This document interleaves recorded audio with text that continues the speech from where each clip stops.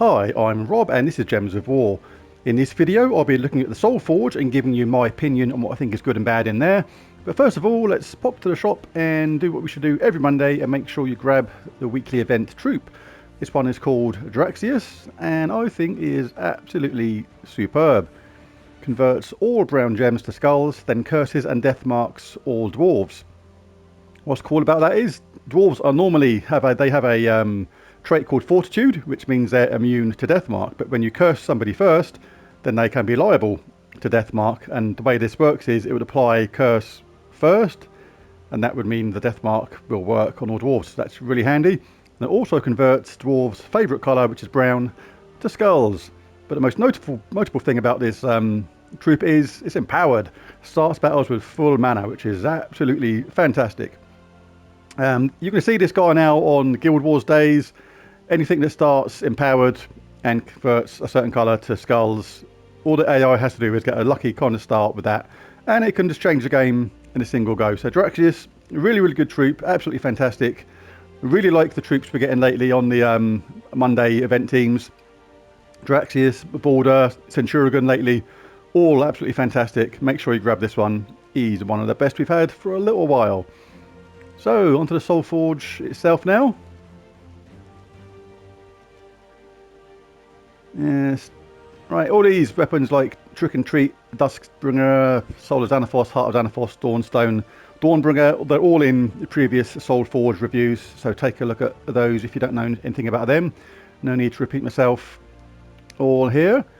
This weapon though is not here all the time. Start of Other Worlds. Deal damage to an enemy boosted by Karakoth allies, then create a mix of 6 purple and brown gems for each Karakoth ally. So you have to make sure you have all Karakoth allies, and the event this week is you have to have Mythics basically. And what they do is they normally put in, the developers normally put in weapons which are handy for the event. But for this one you're going to need all Karakoth Mythics. I'm not sure how many of them there are that are going to be good for the event, so I'd hold fire on that till you'd set your team up. Doomed Cauldron gives all allies a certain amount of life, plus 2 per tempering level. Then give all other allies 5 mana. If the enemy has a Doom, give them 4 more. For each purple enemy, give 2 magic to all allies. So to get the most out of this, you're going to need to be fighting a purple team. And I don't really like the doomed weapons that give life. I think they're just a bit rubbish, to be honest. Mainly because when they do the doomed weapons that change a colour to Doom Skulls, that is the same cost as one of these, and that is a far better thing to have. So I would not recommend crafting this Doomed Cauldron. And what else we got? 3 more up the top. Tomb of Karakoth. Remove all purple gems, deal damage to an enemy boosted by gems removed, and if the enemy is from Karakoth, deal double damage. So to get the most out of this, we have to be fighting an all Karakoth team to get that double damage. Doesn't sound that great to me, but if it's the only one you can afford, or you've got a bad mix of weapons, it may be worth it, but initially I would say don't bother. Infernal Vulge, where do they get these names from? Deal damage to an enemy boosted by Daemon allies, then create a mix of red and purple gems for each Daemon ally. So we'd need an all Daemon team for this. To work in the event, we'd need to be Daemon Mythics. Not sure how many of them are good that use red and purple, because no point creating all those gems if nobody uses red and purple, because the hero doesn't. So again, hold fire on that one unless you've made a team specific to those colours and are Daemons. Grasping Grimoire. Deals 44 damage in my case to an enemy boosted by Mystic allies, then creates a mix of 6 yellow and purple gems for each Mystic ally. Now this sounds far more viable for the event, because basically this will work because we need Mystics for the event this week. So basically, providing we've got Mystics that use yellow or purple somewhere, this should be a decent weapon, and this to me is the most likely one to craft.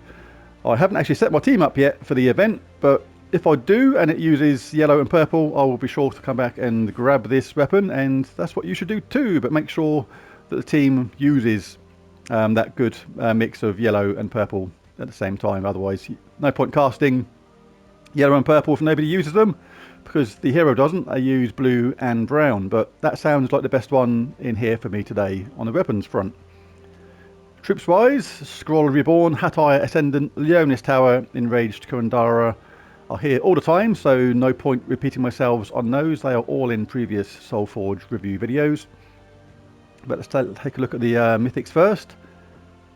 Zilopochtli is a troop that deals damage to an enemy boosted by purple gems, and if there's a storm, does double damage, and if the enemy dies, create 12 skulls.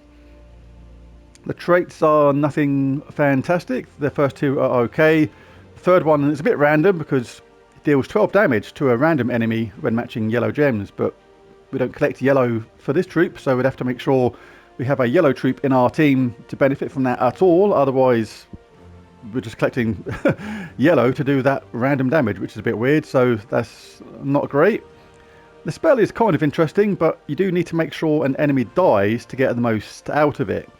Now, the boost ratio when we get boosted by those purple gems is 1:1. So in my case, I deal 42 damage normally, so if there was 8 purple gems there, that would get raised to 50. And if there's a storm, we'll get double that, which would make it 100. It is easy to make sure there's a storm. There are certain classes out there where they generate a storm literally every single turn. So you can guarantee that. So in my case, I'll be doing 100 damage. So we'd have to make sure we were casting on somebody that had 100 or less life to make sure we got the benefit of the creating 12 skulls as well. But overall, it's quite a middling mythic to me, not that great. And worse, considering I just saw Phoenicia is here, who is from the same kingdom, Suncrest, and for me has a much better spell. She does, in my case, 29 damage to all enemies, not just a single one, and then boosted by red gems and burning enemies. And if there's a firestorm, deal double damage. It's easy to make sure we get that firestorm. Sunspear class has, I think it's called Fireblade trait, which is the last one, and basically we just get a firestorm every single turn with that. There are other classes that do the Fireblade trait as well. So that is easy ways to make sure we get a firestorm going all the time, so we get double damage there. And the boost ratio again is 1:1. So say in my case we had 11 red gems and burning enemies there. We'll raise that to 40 damage to all enemies, but with that firestorm that'd be 80 damage to all enemies. That is really good, and for me a lot better than the old Zipperlocci, Plotchy, Gotchi, whatever his name is. And her traits are okay. 50% chance to burn a random enemy at the start is okay. Being immune to burning in Fairy Fire is handy, particularly Fairy Fire. And gain 1 magic for each red is semi-irrelevant, but overall she is a really, really good troop. I like her a lot. Ubistet is still absolutely an awesome troop to me. Deals 33 damage in my case to the 2 weakest enemies, boosted by all ally and enemy attack. So the more powerful the enemy gets in this, the more stronger this guy gets. And if one of the enemy dies, then kill the other one. Just outright, straight bang, you're dead. The reason why this troop is so good is, if you use it properly, you can guarantee yourself 2 kills every single time. It will actually show you the boost ratio when you're about to cast this on the right hand side of the screen, and you can see outright if you're going to kill an enemy or not.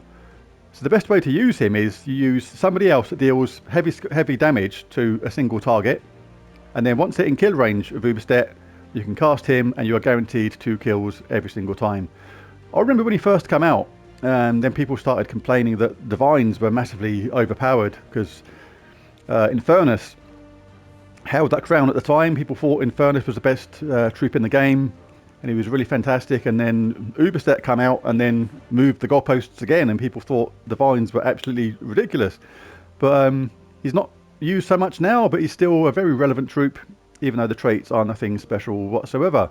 But I like Ubistet. I've done a team showing how to use him really well in my previous videos, so check that out. But he's still really good. I like him a lot. Do we have any other standard mythics here? No, we don't, because Abinicia is so rubbish he shouldn't be classed as a mythic. Explode all... She is a mythic. Explode all gems of a chosen colour and summon an infernal king. Wow. Is that lame or what? I mean, seriously. There's lots of legendaries that do much better spell than that now, but she was one of the early mythics, so the game moves on. Power levels increase as they have to. So that is why she's a little bit rubbish. No, she's completely rubbish these days. She doesn't really work very well with many teams. All the traits are just too slow now. Even Queen's Grace or Daemons gain 2 attack and life at the start of each turn. Really, really early game, a long time ago, that might have been good, but not anymore. Totally not worth crafting for me. And that is it for the Mythics. Now onto the Legendaries. I don't normally recommend crafting Legendaries. They do turn up in chests often enough to not make them worth costing the resources. But Venoxia is still a really good troop and still viable today. Creates 9 green and 9 blue gems and deals true scatter damage to all enemies. Still a really, really good troop. It works superbly well with Queen Beatrix, and that is still a really good troop to have. I like him a lot. The traits are pretty much rubbish. The middle one's probably the best one.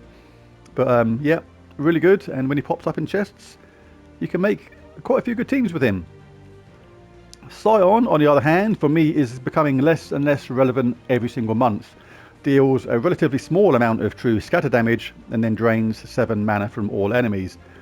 That might have been good a little while ago, but the thing is now we've got so many weapons and troops that gain so much mana so quickly.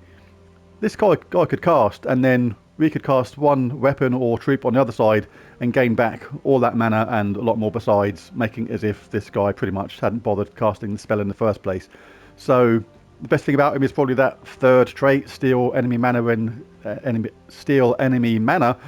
dealing skull damage. But yeah, you don't see him in many teams anymore, and the reason is he's becoming irrelevant, in my opinion. Skylar, pretty decent. She's okay-ish, deals 45 damage to the last enemy in my case, with a 25% chance to kill them and then submerge all other allies. Obviously down to pure luck whether that 25% chance comes in or not. But the interesting thing about her is that 3rd trait. Create a Bone Storm on 4 or 5 gem matches. We've started to see her in more teams just recently, because the troop we had on the Monday, the one we get given for the events, Centurion, she works fantastically well with him. I'll put a link in the description below of an absolutely wild team that uses her and Centurion at the same time, and it just goes absolutely nuts. It's a lot of fun to use as well.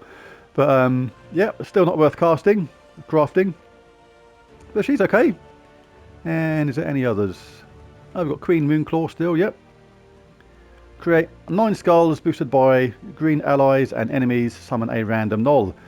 Pretty decent. Could work with the event this week because she's a mystic and she does quite a lot of skulls, which is handy, and has a summon as well. So if you're really, really stuck for a team to use for this week's event, she may be something I would include in that team. I'll have to have a look at that. But if I do end up including that and you don't have her, possibly worth crafting if it's going to aid you a lot.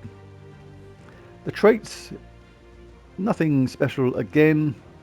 Being immune to mana burn is pretty handy, a mana drain. Give 2 attack to green allies when an ally deals skull damage is absolutely lame, but it's a spell that's really good, and she is one of the best of the legendaries here, along with Venoxia. But mythic wise, I would say absolutely number 1 is Uberstet, followed fairly closely by Phoenicia. Well, there's a Soulforge review. If you found it useful or helpful, be cool if you considered liking and subscribing if you've not done so already, because it really does help. But most of all, thanks for watching, and see you again next time. Bye for now.